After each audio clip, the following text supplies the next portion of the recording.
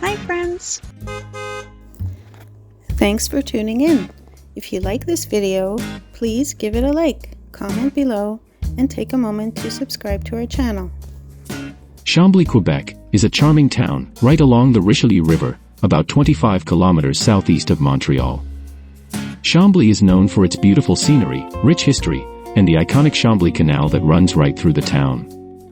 Chambly dates back to the 17th century, when French settlers arrived in the area.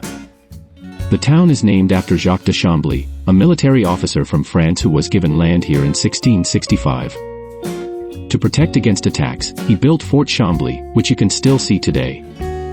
The fort is one of Quebec's oldest historic sites, and gives a glimpse into the early colonial days. In the 19th century, the Chambly Canal was built to bypass the Richelieu River's rapids, allowing boats to travel between Montreal and New York. This canal, with its peaceful waters and tree-lined banks, is now a popular spot for cyclists, walkers, and even boaters who want to enjoy a bit of nature. Whether you're here for the history, the scenic views, or just a peaceful getaway, Chambly offers a bit of everything. Thanks for joining us in discovering this beautiful part of Quebec.